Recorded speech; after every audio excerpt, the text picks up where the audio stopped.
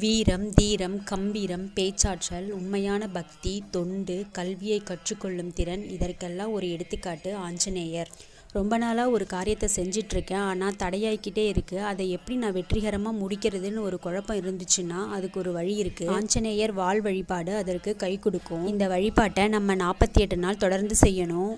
ஆரம்பிக்கிற முதல் நாள் சனிக்கிழமையாக இருந்தால் சிறப்பு. இந்த வழிபாட்டை நம்ம அதிகாலையில் செய்யலாம், இல்லைன்னா மாலையில் கூட செஞ்சுக்கலாம். ஹனுமன் இருக்கிற திருவுருவ படத்திற்கு துளசி மாலை சாத்திக்கலாம். நெய்வேத்தியமாக பால், பழம், வெத்தலைப்பாக்கு வச்சுக்கலாம். சந்தனத்தையும் குங்குமத்தையும் குழச்சி எடுத்து ஹனுமனோட வால் பகுதி ஆரம்பிக்கிற இடத்துலேருந்து முதல் நாள் ஒரு பொட்டு, 2வது நாள் 2வது பொட்டு அப்படின்னு வரிசையாக வச்சுக்கிட்டே வரணும்.